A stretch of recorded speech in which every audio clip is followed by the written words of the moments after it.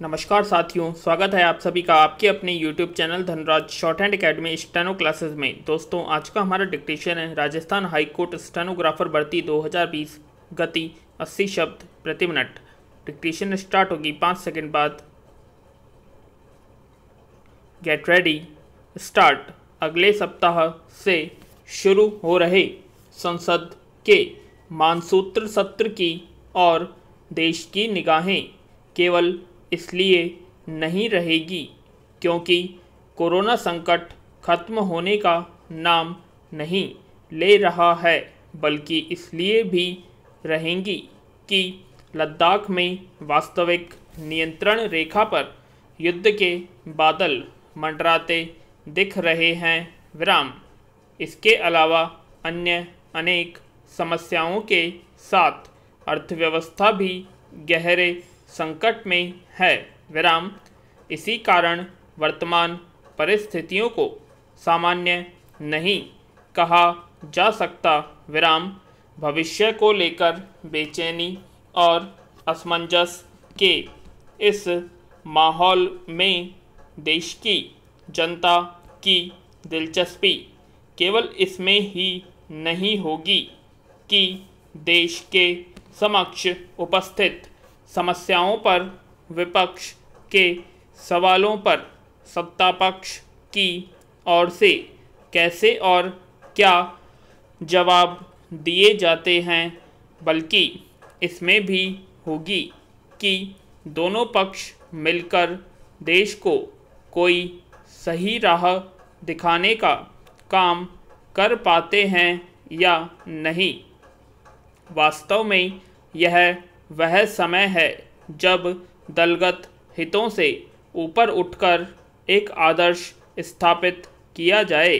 विराम।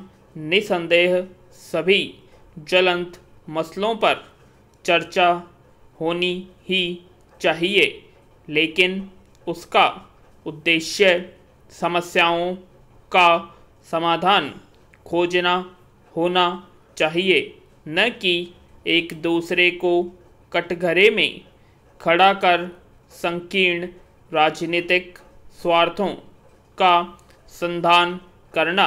विराम।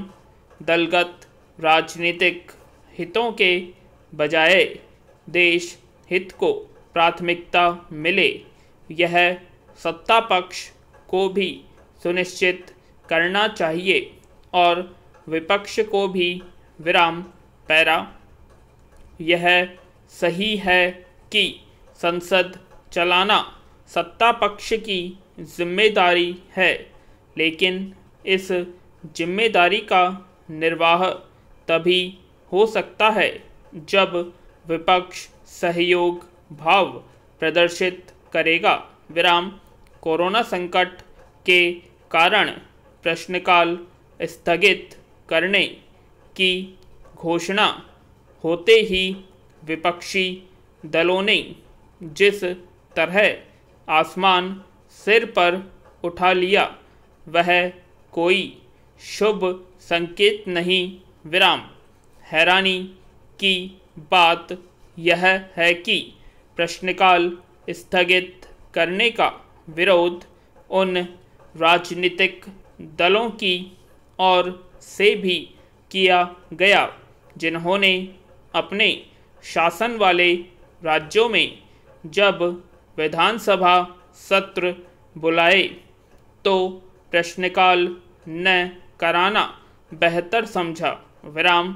यदि कोरोना संकट के कारण विधानसभाओं में प्रश्नकाल न होना स्वीकार्य है, तो फिर संसद में अस्वीकार्य क्यों, और वह भी तब लिखित सवालों के जवाब देने की सुविधा उपलब्ध रहने वाली है।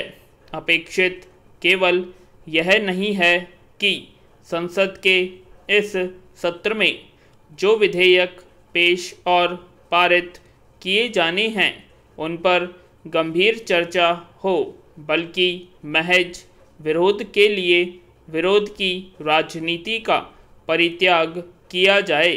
कम से कम चीन की चुनौती पर तो संसद को एकजुट दिखना ही चाहिए, जहां विपक्ष को सरकार की नीतियों और उसकी ओर से पेश किए जाने वाले विधेयकों का हर हाल में विरोध करने की प्रवृत्ति का प्रदर्शन करने के बजाय सकारात्मक एवं उपयोगी सुझावों के साथ सामने आना चाहिए।